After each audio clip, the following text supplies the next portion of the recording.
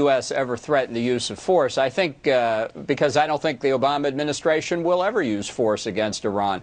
I think Obama's comment yesterday reflects in part what he heard from Israeli Prime Minister Netanyahu, that Israel was getting close to a decision to use force. So just as a practical matter, indeed, the window on negotiations for Iran is closing. When he said to Iran yesterday, the president, you meet your obligations, meaning, to disarm and to make it transparent, its nuclear program, he said, or face the consequences. Just bluster? Well, I think the consequences are a stiff note and disapproval and hems and haws, because the Iranians have seen, both in this administration and in the Bush administration, that comments about how unacceptable their weapons program didn't lead to anything really serious, and I think they're in the same bind now. The European Union is preparing to resume negotiations. I think Iran will try and take advantage of that. So this perhaps trying to set up those negotiations by the president, but I don't think Iran is intimidated by it. Moments ago, Jennifer Griffin was on talking about the concern now that that Israel can't get it done. That if Israel decides it wants to go ahead and bomb Iran and take out its nuclear facilities, that we've been talking for weeks now about the fact that they may not be able to, the stuff may be so deeply buried and so on, he may not be able to get to it, but that Israel may not have the capability of attacking Iran over more than just a couple of days and the weaponry necessary to do it.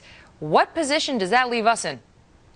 Well, I think there are a lot of people speculating about what Israel's capabilities are and how difficult this is. And I do think it's clear on the facilities we know about, Natanz and Esfahan, that Israel does have the capability to destroy them. They're very well known. Their exact locations are known. Their hardening and bearing status in the case of Natanz is known. The one that's hard for Israel is the uranium enrichment facility at Fordo. And that would be very difficult, maybe beyond them, other than to close the entrances and the ventilation capabilities. Of course, if you can't breathe down in the middle of the mountain, it's tough to enrich the uranium. We could do it a lot better, there's no doubt about it, but everybody understands this is at the limit of Israel's capabilities, and nobody understands it better than Israel.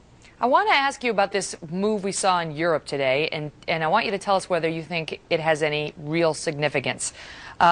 Because we're all watching to see whether diplomacy can work. I know you believe we're past that point, but Europe is dancing this dance, we're dancing this dance, and today the headline from the AP is that Iran was effectively cut off from global commerce today when the company that handles financial transactions said it was going to sever ties with most of Iran's banks. So this international thing called SWIFT said no more for you, Iran. You can't participate in these transactions anymore.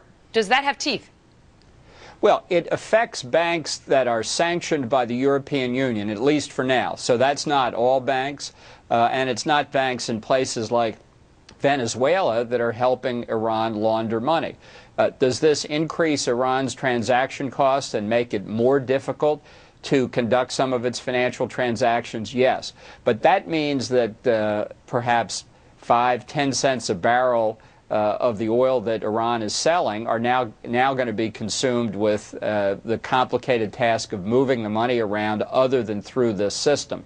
Iran has not been sitting around waiting to be slapped silly by financial sanctions. They've been preparing contingency plans. They're studying money laundering techniques. Did you know that drug traffickers can still launder money throughout the world despite all of the efforts anti-drug forces have put in to stop them? This is doable. It's more difficult, more costly, more cumbersome. It's more of a pain in the neck, but they will get their money into the international financial system.